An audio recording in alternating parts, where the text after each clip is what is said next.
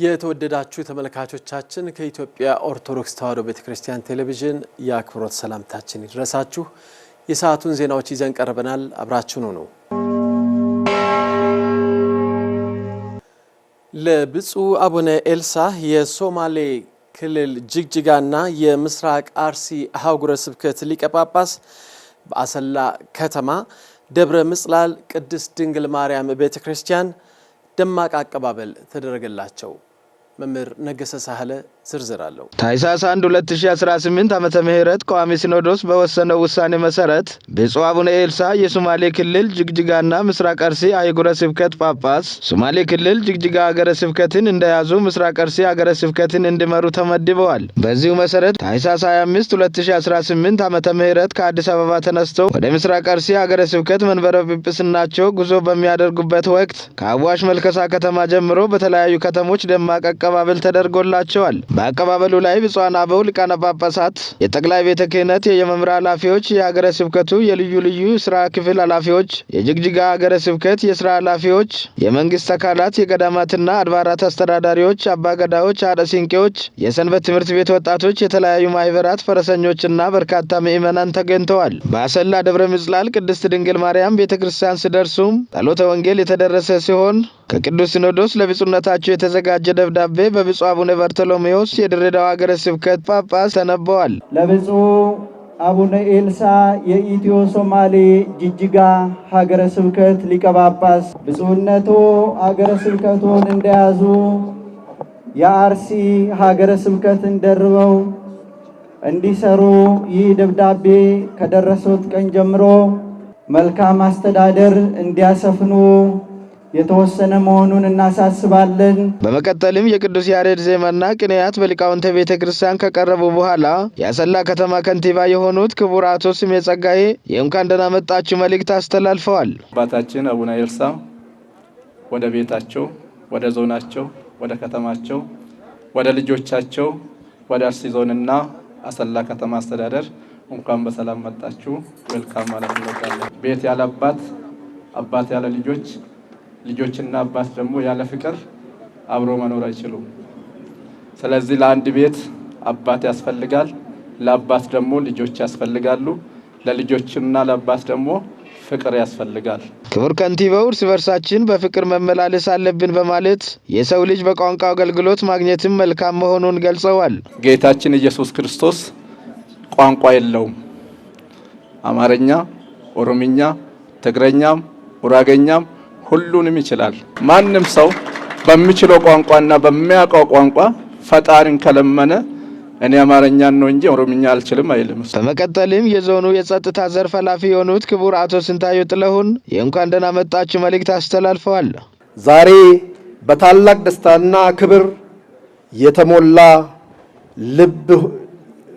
ልብ ሆነን ብፁዕ አቡነ ኤልሳ የኢትዮ ሶማሌና ጅግጅጋ ሀገረ ስብከት ጳጳስ ወደ ሀገረ ስብከታቸው በሰላም በመምጣታቸው እንኳን ደህና መጡ ብለን እንቀበላቸዋለን። ክቡር የጸጥታ ዘርፍ ኃላፊው እንደ መንግስት አንድነት፣ ሰላም፣ መቻቻልና ማህበራዊ አንድነት እንዲጠናከር ከቤተ ክርስቲያን ጋር አብሮ ለመስራት ዝግጁ መሆናቸውንም ገልጸዋል። ሀገረ ስብከቱ ውስጥ ሰላም፣ አንድነት፣ መቻቻልና ማህበራዊ እድገት እንዲጠናከር ከቤተ ክርስቲያን ጋር በትብብር ለመስራት ዝግጁ መሆናችንንም እንገልጻለን። በመቀጠልም ብፁዕ አቡነ ኢንጦንስ የምዕራብ ሐረርጌ ሀገረ ስብከት ሊቀ ጳጳስ ትምህርተ ወንጌልና አባታዊ ቡራኬ ሰጥተዋል። ሁር ወመሃሩ ኩሉ አሕዛብ ወንዝ ታጠምቁዎሙ በሉ በስመ አብ ወወልድ ወመንፈስ ቅዱስ ወናሁ አነ እሄሉ በኩሉ መዋዕል ምስሌኩም በኩሉ መዋዕል እስከ ዕልቀተ ዓለም። በማቴዎስ ወንጌል ምዕራፍ 20 ቁጥር 19 ያለው ተልእኮ የአባቶች ሐዋርያት ነው። እኛም ሐዋርያት ነን። ብፁዕ አባታችን የመጡት በሐዋርያት መንገድ ነው። በአካባቢ ባህል መሰረትም አባገዳዎችና የአገር ሽማግሌዎች የመረቁ ሲሆን 8 በትረ ሙሴ በመጋቤ ጥበባት አስራት የተዘጋጀው ለብፁዕ ወቅዱስ አቡነ ማትያስ ፓትርያርክ፣ ለብፁዕ ጠቅላይ ዋና ስራ አስኪያጅ፣ ለብፁዕ የቅዱስ ሲኖዶስ ዋና ጸሐፊና በቦታው ለተገኙ ብፁዓን አበው ሊቃነ ጳጳሳት ከጋቢዎች ጋር ተበርክተዋል። በመጨረሻም ብፁዕ አቡነ ኤልሳ የሶማሌ ክልል ጅግጅጋና ምስራቅ አርሲ አህጉረ ስብከት ጳጳስ አባታዊ መልእክት ያስተላለፉ ሲሆን በመልእክታቸው ብፁዕ አቡነ ሳዊሮስ የጠቅላይ ቤተ ክህነት ዋና ስራ አስኪያጅ፣ የደቡብ ምዕራብ ሸዋና የሸገር ከተማ አህጉረ ስብከት ሊቀ ጳጳስ፣ ብፁዕ አቡነ ዲዮስቆሮስ የቅዱስ ሲኖዶስ ዋና ጸሐፊና የራያ ሀገረ ስብከት ሊቀ ጳጳስ እንዲሁም ብፁዓን አበው ሊቃነ ጳጳሳትን መመስገን የሚገባቸውን ሁሉ አመስግነዋል። በእውነት ከእግዚአብሔር በታች ከእናታችን ከድንግል ማርያም በታች ብፁዕ አባታችን አቡነ ሳዊሮስ ከምስካየ ኅዙናን አንድነት ገዳም ጀምሮ በትምህርቱም ዓለም በምክርም በእገዛም እያሳደጉ ትልቁን በእውነት በሕይወቴ ዘመን ያገለገሉ በእውነት እየረዱን ያገዙን ብፁዕ አባታችን ናቸውና ብፁዕ አባታችን በእውነት ስለ ቤተ ክርስቲያን ብቻ ሁሉ ወንጌልን ይማር፣ ሁሉ ልማትና ልማ፣ ሁሉ አንድ ይሁን። ስንገናኝ ይገርማቸዋል። ስለ ቤተ ክርስቲያን ቤታቸው እንኳን ከአራቱ ማዕዘን የመጣ ሁሉ የሚስተናገድበት የሁላችን አባት ናቸውና በደንብ አድርጋችሁ አመስግኑልን ማለት እፈልጋለሁ። ብፁዕ አባታችን አቡነ ዲዮስቆሮስ ዋና ጸሐፊ በእውነት አብሮ የሚያለሙ የሚያገለግሉ የሚሰሩ አባታችን ናቸው። እንደዚሁ ልታመሰግኑልኝ እፈልጋለሁ። ብፁዕነታቸው ለሁሉ አባት መሆናቸውን በመጥቀስ ለወደፊት ብንኖርም ብንሞትም አብረነን በማለት አባታዊ መልእክት በማስተላለፍ የመርሃ ግብሩ ፍጻሜ ሆነዋል። እግዚአብሔር መንፈስ ቅዱስ በአባቶቻችን ላድሮ መድቦኛልና ስለዚህ የሁላችሁም አባት ነኝ ማለት ነው። እንግዲህ ከዚህ በኋላ ችግሩንም መከራውንም አብረን ነው ማለት ነው። ብንኖርም አብረን ነው የምንኖረው፣ ብንሞትም ደግሞ አብረን እንሞታለን ማለት ነው። ሌላ አማራጭ የለም። ስለዚህ የእግዚአብሔር ልጆች ባሳለፍነው ጊዜ ያረፉትንም አምላካችን እግዚአብሔር ነፍሶቻቸውን በገነት ያሳርፍልን። እኛ ሁላችንም በሚዲያ ባንወጣም ስናነባ ስናለቅስ ቤታችንን ዘግተን እንባችን ወደ ሰማይ የረጨንበት ጊዜ አሳልፈናል። በምስካየ ኅዙናን መድኃኔዓለም ገዳም ትምህርት ቤት ተማሪዎችና መምህራን የጌታችን መድኃኒታችን ኢየሱስ ክርስቶስን የልደት በዓል በታላቅ ድምቀት አከበሩ። ለዝርዝሩ መምህር ያሬድ አለሙ። በታኅሳስ 24 2018 በምስካየ ኅዙናን መድኃኔዓለም ገዳም የጌታችንና የመድኃኒታችን የኢየሱስ ክርስቶስን የልደትን በዓል ከአንድ ወር ጀምሮ ዝግጅት በማድረግ ከቅድመ አንደኛ ደረጃ እስከ 12ኛ ክፍል 3080 ተማሪዎችና 235 መምህራን ሰራተኞች አንድ ላይ በመሆን አከበሩ። በዚህ መርሃ ግብር ላይ የትምህርት ቤቱ ርዕሰ መምህር አቶ ወርቁ አሸናፊ የእንኳን ደስ አላችሁ መልእክት ካስተላለፉ በኋላ በጉጉትና በፍቅር የሚያከብሩት የዛሬው የጌታችን መድኃኒታችን ኢየሱስ ክርስቶስ በዓል ነው። በዓሉም ከአንድ ወር ጀምሮ ዝግጅት በማድረግ ከቅድመ አንደኛ ደረጃ እስከ 12ኛ ክፍል 3080 ተማሪዎች 235 መምህራንና ሰራተኞች አንድ ላይ ሆነን የምናከብረው በመሆኑ እንኳን ደስ አላችሁ። ከበዓሉ ጎን ለጎን ለአቅመ ደካማና ችግረኞች ወገኖቻችን በትምህርት ቤቱ ማህበረሰብና ወላጆች የተውጣጣ የልግስና ስራ የምናደርግ በመሆኑ ልጆቻችንን ወገንን ማገዝና መርዳት የሚማሩበት ነው ሲሉም ተናግረዋል። ከበዓሉ ጎን ለጎን ለአቅመ ደካማ ችግረኞች ወገኖቻችን በትምህርት ቤቱ ማህበረሰብና ወላጆች የተውጣጣ የልግስና ስራ የምናደርግ በመሆኑ ልጆቻችን ወገንን ማገዝና መርዳትን የሚማሩበት ነው። በመቀጠልም የገዳሙ ዋና አስተዳዳሪ መጋቤ ሄሮያን አባ ኤልያስ ለተማሪዎቹ ቤተሰብ የእንኳን ደህና መጣችሁና አባታዊ መልእክታቸውን በዝማሬ አገልግሎት አስተላልፈዋል። እግዚአብሔር ይመስገን ይህችን ቀን ቀድሶ ለሰጠን ከያለንበት ሰብስቦ ለዚህ አደረሰን ከያለንበት ሰብስቦ ለዚህ አደረሰን ከያለንበት ሰብስቦ ለዚህ አደረሰን ከያለንበት ሰብስቦ በተከታታይም የገዳሙ የስብከተ ወንጌል ዋና ኃላፊና የትምህርት ቤቱ የቦርድ ጸሐፊ የሆኑት መጋቤ ብርሃናት ቆሞስ አባ ጴጥሮስ ሰሎሞን ዶክተር የዘመኑ ፍጻሜ በደረሰ ጊዜ እግዚአብሔር አንድያ ልጁን መተኪያ የሌለውን ላከልን። ጌታችን ኢየሱስ ክርስቶስ ከእናታችን ከድንግል ማርያም ከስጋዋ ስጋ ከነፍሷ ነፍስ ነስቶ በአጭር ቁመት በጠባብ ደረት ተወስኖ የመዳንን ምስጢር የሚሆነውን ልደቱን አሳየን። ስለዚህም ጌታችን ኢየሱስ ክርስቶስ በመወለዱ በጨለማ የነበሩ ሕዝቦች ብርሃን አዩ። ከዚህ በኋላ ሰላም ተደረገ። ሰውና እግዚአብሔር ታረቁ። በአንድነትም ምስጋና የማያውቁ እረኞች ያን ቀን አንደበት አውጥተው ምስጋና ችለው በሰማይ ብቻ ያመሰግኑ የነበሩ መላእክትም ወደ ምድር መጥተው የክርስቶስን መምጣት የአዲስ ኪዳን ታሪክን አመሰገኑ። የእግዚአብሔር ሰው መሆን መሰረታዊ ዓላማው ሰውን ለማዳን በመሆኑ የዛሬው በዓልን የምናከብረው እንዲሁ አይነቱ አስተሳሰብና ግንዛቤ በወጣቶቻችን ውስጥ እንዲያድር ነው። ምክንያቱም ጌታችን ዓለምን ሊያድን ሰው ሆነዋልና እኛም እንደ ሰው ከሱ በቀር መድኃኒት ሆኖ ዓለምን ሊያድን የሚችል የለምና ደግመን ደጋግመን ወደፊትም እስከ ዘላለም እናከብረዋለን በማለት ቃለ ወንጌልን አስተምረዋል። በበረት ውስጥ መወለዱ ሰዎች ሁሉ ይህን ትሕትና እንዲማሩ ራስን ዝቅ ማድረግን እንዲማሩ ነው። ስለዚህ ምስካየ ኅዙናን መድኃኔዓለም ገዳም ይህንን ታሪክ የሚያከብረው በዛሬው ዕለት መምህራንም ተማሪዎችም ይህንን ታሪክ በታሪክነቱ ብቻ ሳይሆን ሕያው የሆነ ዛሬም የሚገለጥ እውነት መሆኑን እንዲታወቅ ከዘመን ዘመን እንደዚሁ እየተዘከረ እየታሰበ ይኖራል። በመጨረሻም በገዳሙ ዋና አስተዳዳሪ በመጋቤ ኅሩያን አባ ኤልያስ በጸሎተ ቡራኬ ተፈጽሟል። እግዚአብሔር በዓሉን የሰላም የፍቅር የበረከት በዓል እንዲያደርግልን እንመኛለን። እናመሰግናለን። አዋሽ ባንክ የጌታችን መድኃኒታችን ኢየሱስ ክርስቶስን የልደት በዓል ምክንያት በማድረግ ከ5000 በላይ ለሚሆኑ በዝቅተኛ ደረጃ ለሚኖሩ ወገኖች በደብረ ምጥማቅ ሳህሊተ ምሕረት ቅድስት ማርያም ካቴድራል የአይነትና የገንዘብ ድጋፍ አደረገ። ለዝርዝሩ ሙሉቀን ሐሰን። አዋሽ ባንክ ክብራችን ወገናችን ደስታችን ማካፈላችን በሚል ቃል የዘንድሮ የጌታችን የመድኃኒታችን የኢየሱስ ክርስቶስ የልደት በዓልን ምክንያት በማድረግ በዝቅተኛ የኑሮ ደረጃ ላይ ለሚገኙ የህብረተሰብ ክፍሎችና ለተቸገሩ ወገኖች ድጋፍ አደረገ። ባንኩ በዓሉን አስመልክቶ በመላው የሀገራችን ክፍል በተመሳሳይ በተለያዩ የበጎ አድራጎት ድርጅቶችና አቅመ ደካማ ለሆኑ ግለሰቦች የሚሆን የምግብና የእህል እንዲሁም የቁስ ድጋፍ አበርክቷል። በድጋፍ መርሃ ግብሩ ላይ የተገኙት መላከ ኃይል አባ ተክለ ብርሃን ደስታ የደብረ ምጥማቅ ሰዓሊተ ምሕረት ቅድስት ማርያም ካቴድራል አስተዳዳሪ፣ አቶ ዮሐንስ መርጋ የአዋሽ ባንክ ሲኒየር ቺፍ ማርኬቲንግ ኦፊሰር፣ አቶ ነጻነት ወልደ ኪዳን ቺፍ ኢንተርናል ኦዲተርን ጨምሮ የባንኩ የተለያዩ የስራ ኃላፊዎችና ሰራተኞች ተገኝተዋል። የባንኩ የስራ ኃላፊዎች በተደረገው መርሃ ግብር ላይ እንደገለጹት ባንኩ ትርፋማነቱን ብቻ ሳይሆን ማህበራዊ ኃላፊነቱን ለመወጣት ትልቅ ትኩረት አድርጎ በመስራት ላይ ይገኛል ብለዋል።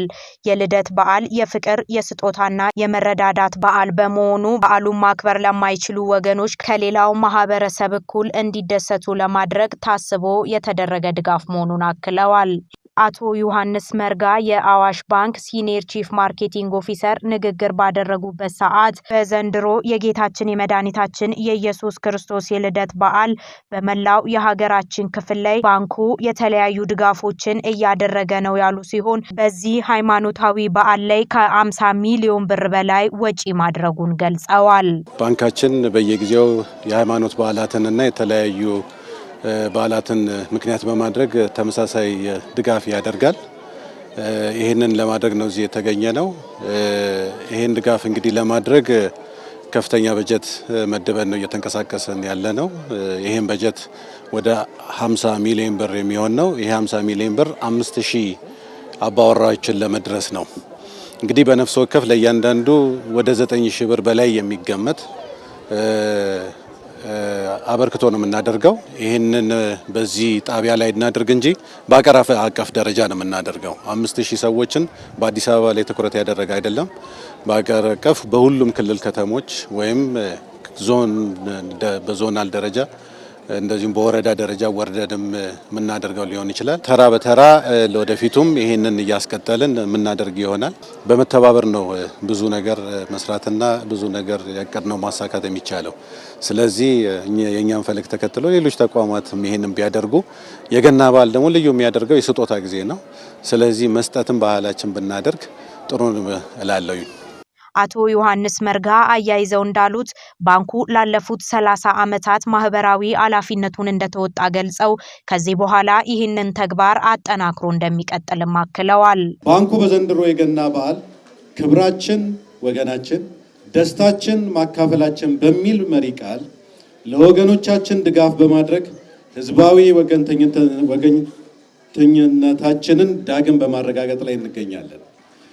ባንኩ ማህበራዊ ኃላፊነቱን ለመወጣት ላለፉት 31 ዓመታት ከተመሰረተበት ጊዜ ጀምሮ ማለት ነው ሰው ተኮር በሆኑ ተግባራት ላይ በመሳተፍ በትምህርት፣ በጤና፣ በስራ ፈጠራና ለአቅመ ደካሞች ቤት ጭምር ለመገንባት ከፍተኛ በጀት በመመደብ በርካታ ስራዎችን ማከናወን ችሏል።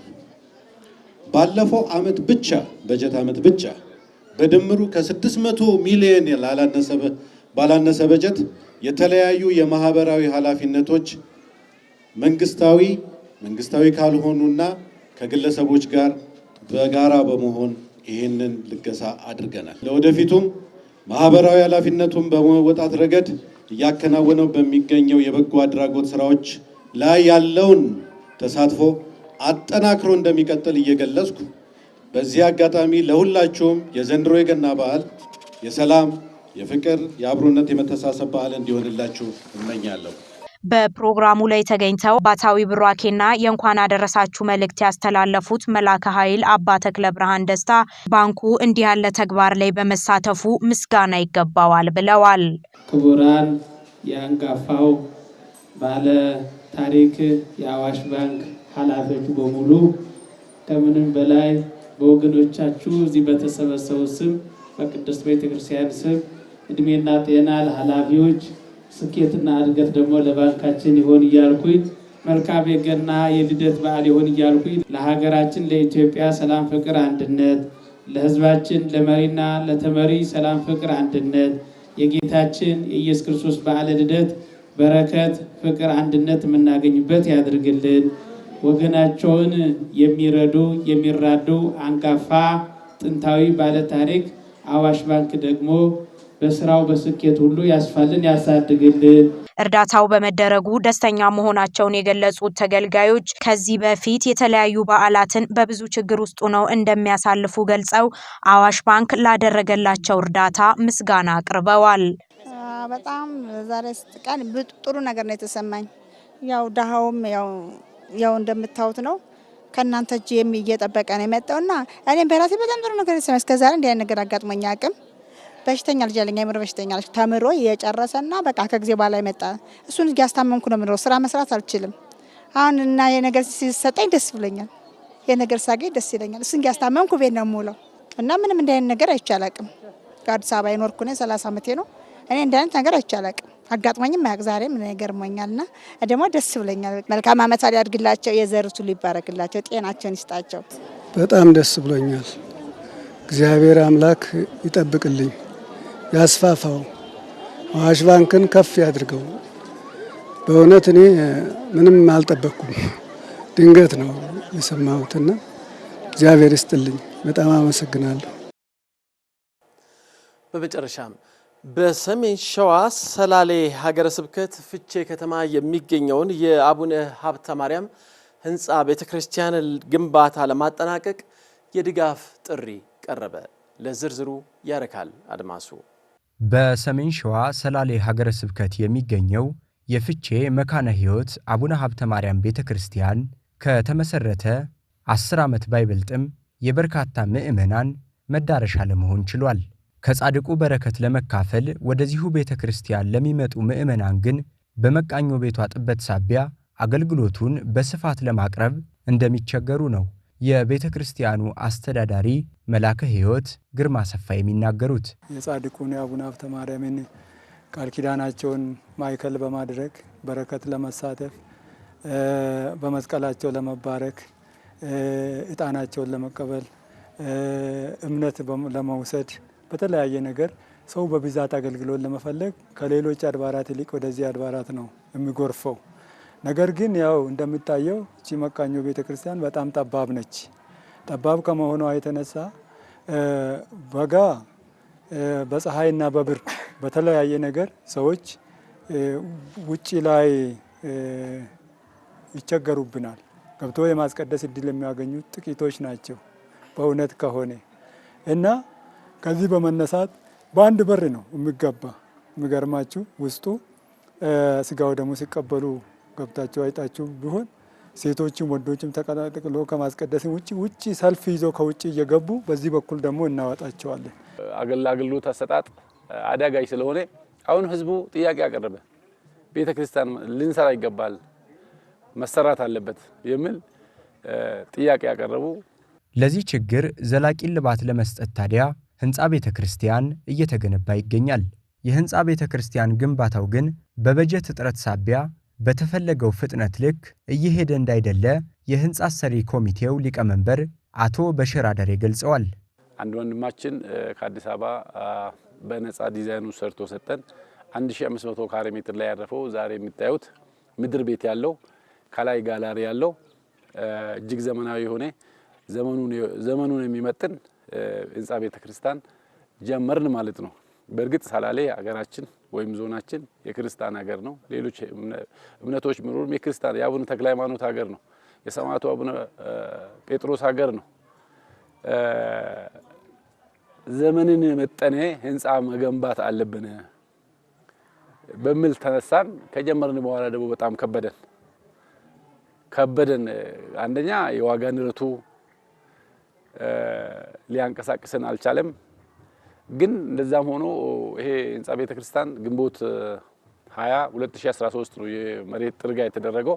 ከዛ ጊዜ ጀምረን አላቆምንም። ኦልሞስት 4 ዓመታችን ጨርሰን 5ኛ ዓመታችንን ይዘናል። እየሰራን ያለው እዚህ ያያችሁት ደረጃ ላይ ደርሰናል። 200 ካሬ ሜትር ምድር ቤት ሞልተናል።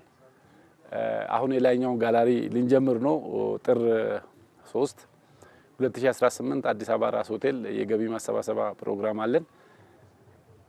ጻድቁ ተጨምሮበት እንግዲህ በቂ ካገኘን እናገኛለን ብለን ነው የምንገምተው። በክርስቲያኑ ከተረባረበ ከረዳን ዘንድሮ ጉልላት እንሰቅላለን ብለን ነው በሱ ፍቃድ እያሰብን ያለ ነው ማለት ነው። ህዝቡን የሚመጥነውን ለአገልግሎት ብዙ ሰዎችን የሚያካትት ሰፊ አገልግሎት ለመስጠት እንዲያመችን ከሚል ምኞት ተነስተን ነው። ከአቅማችን ጋር የሚያያዝ አልነበረም ሲጀመሩ። ነገር ግን የእግዚአብሔርን ፈቃድ የጻድቁ የአቡነ ሀብተማርያም ፈቃድ አለበት መሰለኝ ተጀመረ።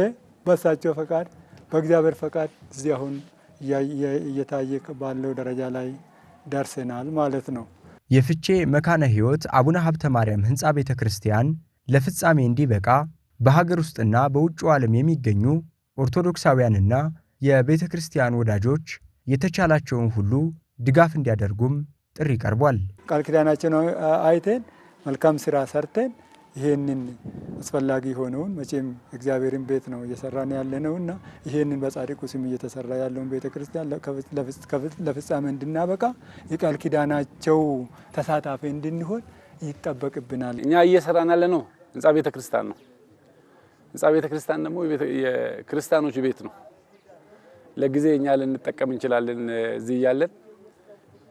የትኛውም ክርስቲያን እዚህም ያለው ሌሎም ከቤተክርስቲያን አገልግሎት ያገኛል። እጅግ በጣም ከባድ እጅግ በጣም አድካሚ ከዋጋ ንረቱ ከወቅቱ ሁኔታ ጋር ማንኛውም ህዝበ ክርስቲያን ማንኛውም ክርስቲያን በሀገር ውስጥም ያለው ከሀገር ውጭም ያለው በአይነትም በገንዘብም እንዲተባበረን ነው ጥሪያችንን የምናስተላልፈው። በዚህ ልክ ካልተረዳን ያሰብነው ነገር እቅድ ሆኖ ይቀራል፣ አይተገበርም። እቅድ ይታቀዳል። እቅድ የሚተገበረው ወደ ድርጊት ሲቀየር ነው። ወደ ድርጊት ለመቀየር ደግሞ ፋይናንስ ያስፈልጋል። ስለዚህ የቤተክርስቲያን ፋይናንስ ደግሞ ህዝበ ክርስቲያን ነው። በጀቷ ህዝበ ክርስቲያን ነው። ህዝበ ክርስቲያን ባለው አቅሙ ትልቅ ያለው በትልቅ ትንሽ ያለው በትንሽ ማከለኛ ያለው በማከለኛ ተባብሮ እንዲደግፈን ነው ጥሪያችን የምናቀርበውና ቀጥሎም ቢሆን ይሄን ለመጨረስ ብዙ ወጪ ይጠይቃል። የተወደዳችሁ ተመልካቾቻችን ከኢትዮጵያ ኦርቶዶክስ ተዋሕዶ ቤተክርስቲያን ቴሌቪዥን ለሰዓቱ የነበሩን ዜናዎች የተከታተላችሁትን ይመስላሉ። ሌሎች መርሃ ግብሮቻችን አሁንም ይቀጥላሉ። መልካም ጊዜ